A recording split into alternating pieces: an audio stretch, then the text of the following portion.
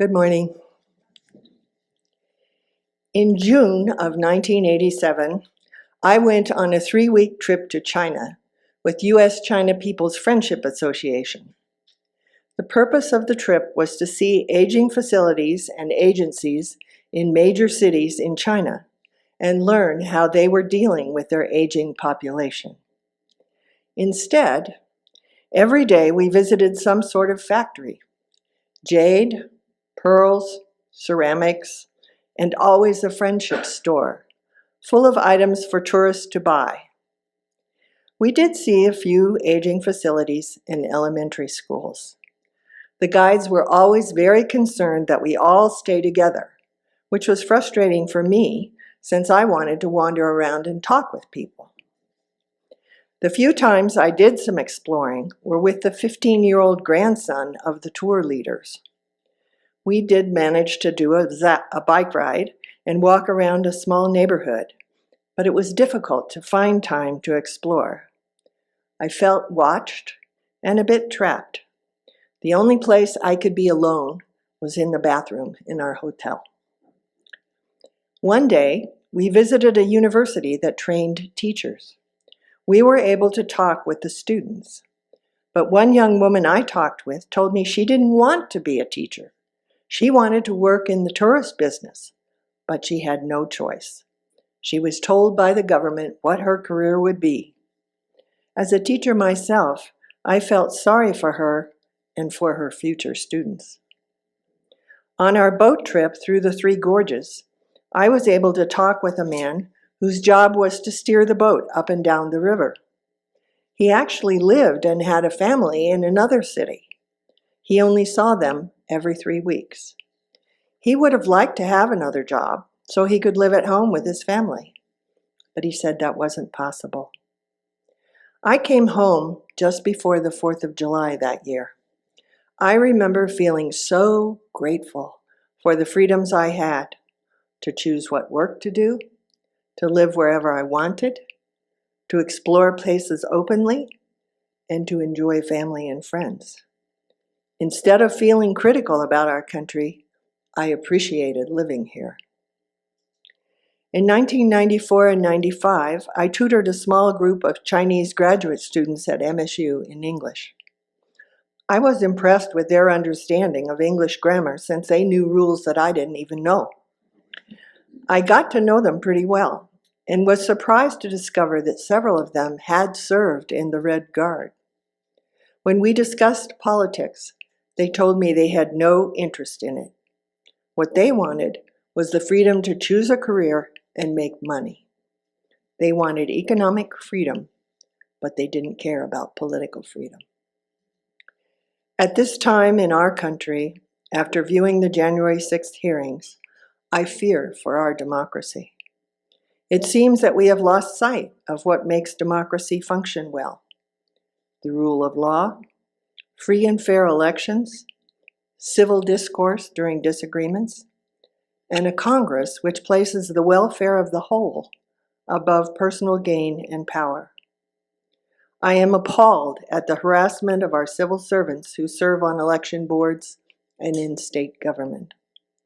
I believe it is time for those who feel like I do to stand up and say very loud and clear, this is not acceptable behavior and it will not be tolerated. Then we need to support and vote for candidates who believe in democracy and will govern accordingly. Thank you. Thank you, Amanda. Thank you, Sandra. Sandra wrote a note to the fellowship asking around if anyone wanted to get up and speak about what democracy means to me. And I jumped at the chance, but now, as I stand here, I realize I'm struck by how much more I dislike public speaking than I like democracy. And also, I feel like I've got to ask whether or not a nation in which a television show called Dr. Pimple Popper has aired nationally actually deserves democracy.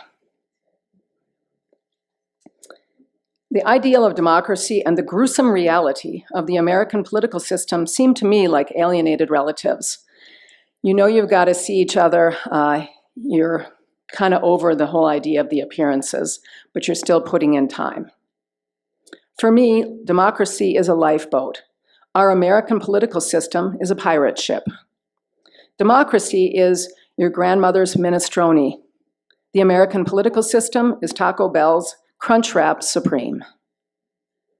Democracy is the friend you've known and trusted since high school, and the American political system is the dude you met on Grindr. There's two things that I feel are a little different in terms of my outlook on democracy than some of you might have. First of all, I'm a first-generation American. And second, I worked in the midst of the political system in Washington, D.C. as a lobbyist for more than a decade. I worked for the environmental group, the Sierra Club, on clean water and clean air issues, and also on the Farm Bill, which is this legislative behemoth that lumbers through the Congress every 5 years or so. For this particular legislation, the Sierra Club was an interloper. We were demanding that farmers keep records on the pesticide use in their fields. We were calling for better protection of our water resources and fragile wetland areas. That was us. And across the table was them, the corporations, big ag, ranchers, chemical companies.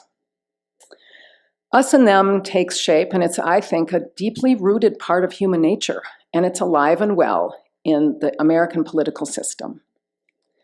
It's bad and getting worse, according to a pollster named Andrew Romano, who posted his results recently on a site called u.gov. He asked participants in the poll to choose phrases, more than one, that describe most people on the other side of the political aisle from you. A majority of Republicans picked extreme negatives, such as out of touch with reality, 30%, a threat to democracy, a threat to America, 25%, immoral, 8%, and a threat to me personally, 4%. The results among Democrats are nearly identical. Negatives such as out of touch with reality, 27%, a threat to America, 23%, immoral, 7%, and a threat to me personally, 4%. Us and them. Back to my days as a lobbyist on the Farm Bill. The members of Congress had told staffs and lobbyists to create a draft bill. We had been meeting for days, and then the days turned into hours, and we had a deadline for this must-pass legislation. So the members of Congress closed us all in a room and told us to get to work, even though we'd been working hard for days. We were all really hungry, tired, and we did the sensible thing and ordered pizza. Or should I say, tried to order pizza. We started out with ordering an environmental group pizza and a big ag pizza, which seemed like a fine idea until the choice of toppings triggered more bitter us and them. Whether or not pineapple belongs anywhere near a pizza is an issue not just of politics, but gastronomy and theology. I eventually broke ranks and formed a left-right coalition against pineapple. What happened during this negotiation on the bill, not just the pizza, is I got to know them. They, I found out, weren't that different from us. We listened, we haggled, we got aggravated, sometimes as much by our behavior as by theirs. And the Farm Bill was eventually passed with acquiescence from us and some compromise from them. Now, I'm not suggesting that running a democracy is as simple as that, far from it.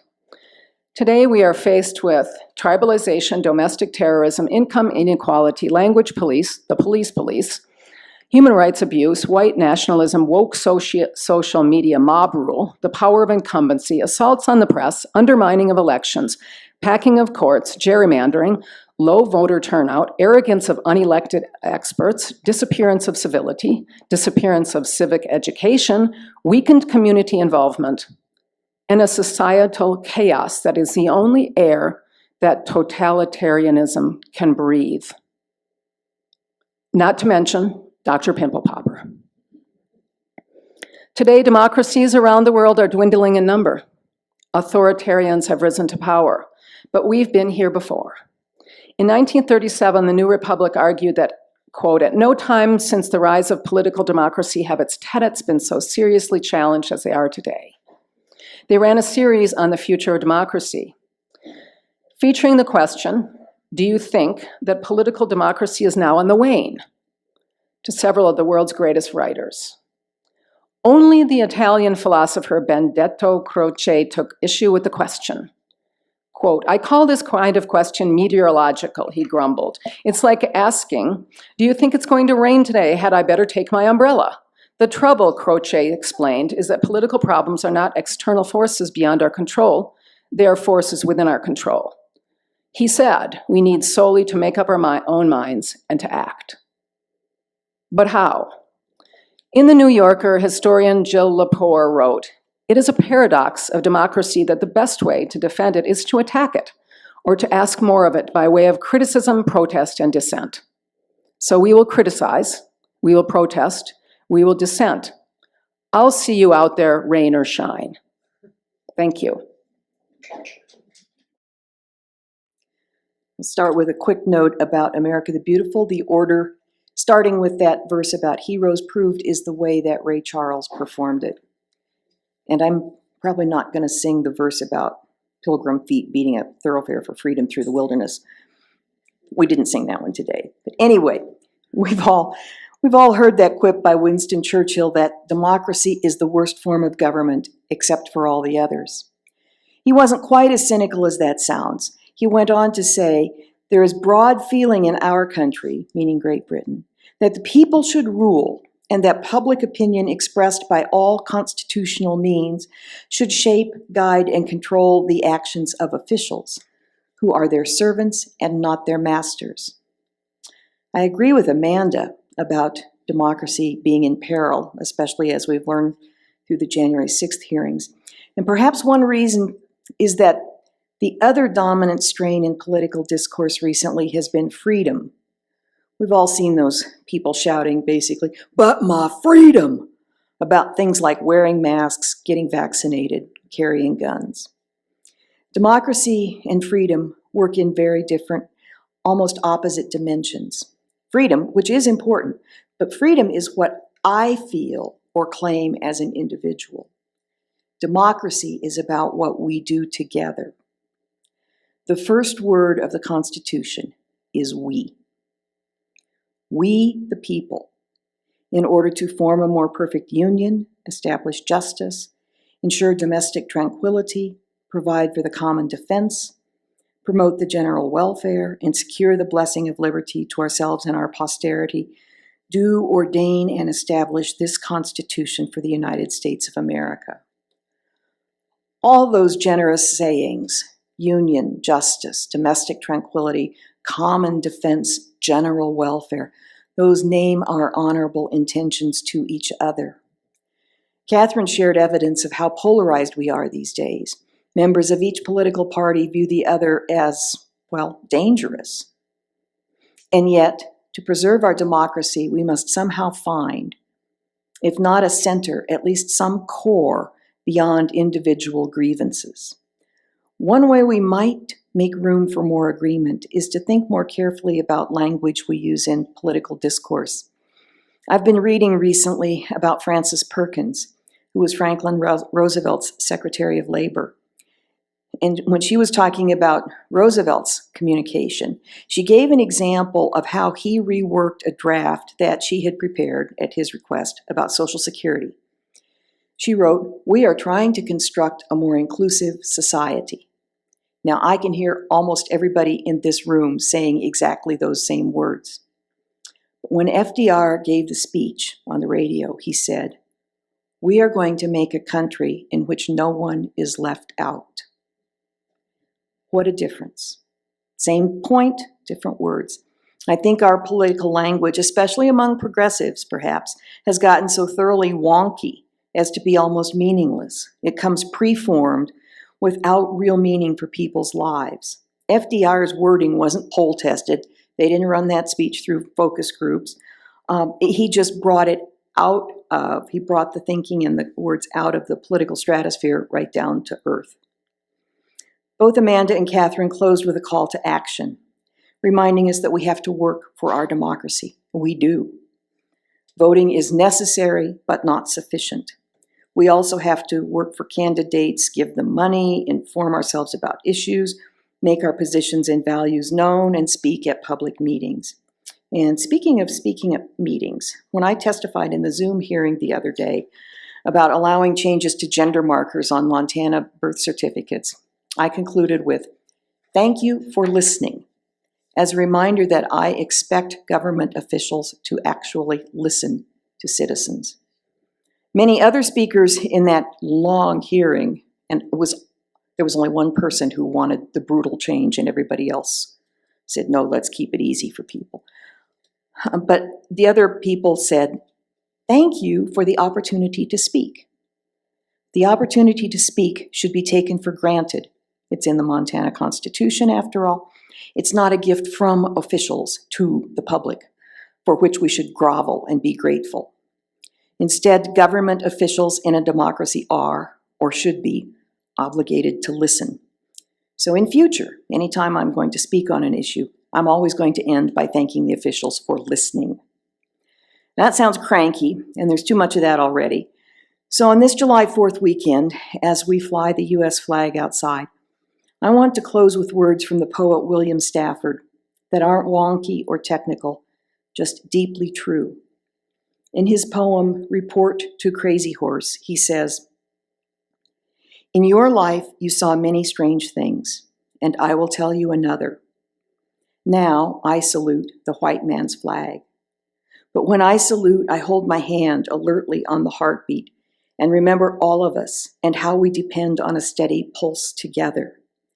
There are those who salute because they fear other flags or mean to use ours to chase them. I must not allow my part of saluting to mean this. All of our promises, our generous sayings to each other, our honorable intentions, those I affirm when I salute. And at these times, it is like shutting my eyes and joining a religious colony at prayer in the gray dawn, in the deep aisles of a church."